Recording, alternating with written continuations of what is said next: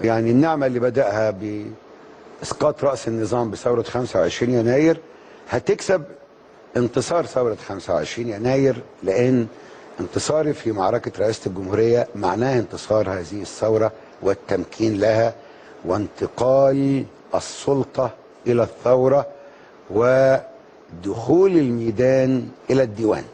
اتنين، تكسب مصر إنها توفر على نفسها ألا تحتاج لإكمال ثورتها من جديد.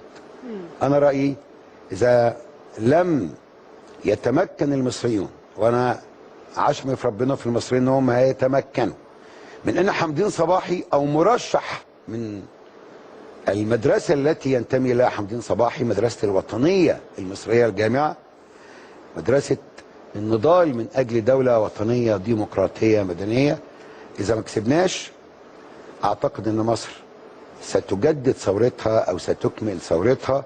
فأنا مكسبي في انتخابات رئاسة الجمهورية هيوفر على مصر حلقة جديدة من الثورة بما فيها من تضحيات. مصر هتكسب حاجة مهمة كمان، إن حق الفقراء في هذا البلد هيرجع لهم، كرامة الذين أهينوا هتصان، نصيب عادل في ثروة مصر لكل مصري هيتحقق.